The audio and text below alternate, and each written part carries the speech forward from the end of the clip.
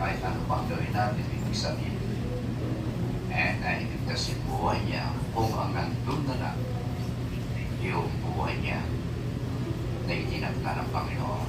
Yun ang siya. Hindi nyo ba mapapansin? Ang dami pong mayayaman. Sobrang yaman. Sa gusto po nilang matutungan pa yung buhay nila. Sa Jesse Barber, si Cory Aquino, punta pa na Amerika para po baka sakali matutungan pa yung buhay dahil doon sa sakit na kasi. Tama, alam niyo po yung issue na yun. Pero ang nangyari, wala pong nangyari, wala pong nagawa yung pera. Kasi ang ganda lang yung itinagda ng Diyos para po sa kanila. So, sagutin natin yung tanong na, ano nga ba yung katotohanan tungkol sa buhay? May dalawa lang po na yun ang buhay na binabanggit sa salaysay na ating pong binasa. Actually, hindi ko na binasa lahat eh. Sa dami ko na pong mga kapatid na pag-o-opisip ng mga namatay. Sa church ako yung paborito na mag-opisip ng namatay. Kasi yun daw ang boses ay parang nagagaling sa ilalim ng lupa. Sabi ang bagay na bagay ka dyan. Kuya Jerry, bagay na bagay ka dyan. Okay, so may buhay po sa pangkasalukuyan.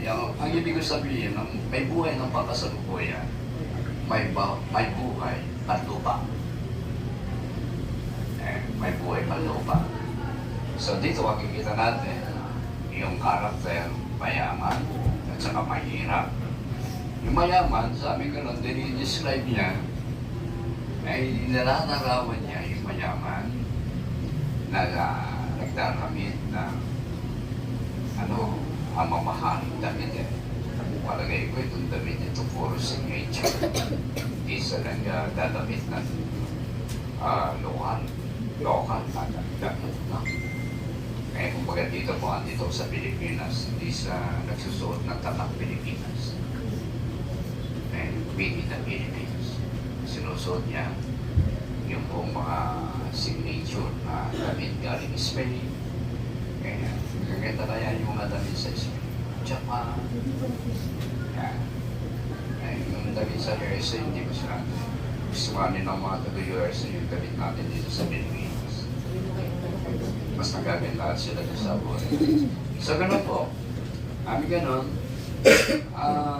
Itong mayaman po nung lagi yung kanyang lamesa, yung kapagkainan ng pagkain, sari-sari pagkain. Kaya siguro kung titignan natin yung kung kapagkainan niya, ano doon, lahat yung mga paboritong pagkain at tao sa ngayon. Merong pula doon, kari-kari, patok-bato, puro mga pampaili ng buhay. Yun ang magiging natin siguro doon sa pagkainan niya. So, hindi siya nawawala ng pagkain. Nakakain niya kung ano yung gusto niya kainin. Samantalang ito po si Lazaro, ay isang mahirap. Siya ay umaasa lang doon sa pagkain na itatapon ng kayaman. Ganun po yung kung nakikita natin eksena. So magkaiba po yung uri ng kanilang buhay, pero meron pong isang bagay na magkaling tulad na nangyari sa kanila. Ano yun? Parehas po sila namatay. Parehong namatay. No? So, yung po panang buhay, pwede natin iambig sa isang awit na meron po siyang simula, may introduction siya, at meron siyang pagwakas. Katulad din siya ng isang tulak. May simula, pero meron siyang lakas. Tulad na ng kwento, meron simula, at meron ding lakas. malakas. Ganun po yung buhay. May simula. Nagsimula tayo sa pagkabata, sa sanggol. Okay? At may panahon na magwawakas yung buhay. Ganun po yung buhay, mga kapatid. So, ang kaibahan na makikita natin dito, yung buhay, bagamat mamamatay po yung tao. Okay? Good news to, para sa akin. Mamamatay tayo. Okay? Yung katamang ito, nakatawan lupa, ay babalik sa lupa. Dahil sa doon tayo nilikha mula sa labo. Ganun po yung buhay.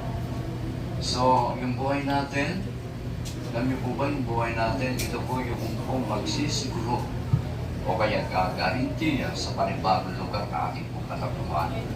Yung buhay natin dito ay pasamantala lamang. At pagkatapos ng buhay natin dito, mayroon pong panibagong buhay na haharapin tayo. Either mapunta tayo doon sa lugar ng pagdurusa o mapupunta tayo doon sa lugar ng kaaliwan na kasama natin ang Diyos. At alam po, wala pong pipili ang tao sa mapunta siya sa lugar ng pagdurusa. Ang pipiliin natin natin ay makasama natin ang Diyos na lumikha sa atin. Ang ating mga mahal na Diyos na nandito. So, of course, ganun po yung atin pong hinahangad eh. So, may buhay na banlupa at meron din naman pong buhay, mga kapatid, na panlangit. Ibig sabihin. So, dito po makikita natin, yung buhay panlupa ay makikita natin na ganito yung naging buhay ng mayaman at ng mahirap. Yung mahirap, nagkasya na lang siya doon sa kung ano yung itinatapo ng mayaman. At yun yung kanya nagiging paraan para sa makakain.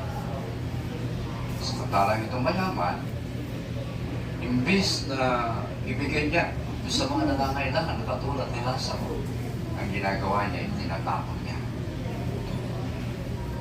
Nawa po, wala tayong katulad itong mayaman. Kung meron po tayo sobra, ibigay natin sa mga nangangailangan. Tama? Ibigay natin. Huwag natin itatapon. Bibigyan natin kung ano yung sobra. Yung pwede pa pakinabangan. Huwag naman kung bibigyan, hindi na papakinabangan. Okay? Dapat papakinabangan pa. Yan, mga kapatid.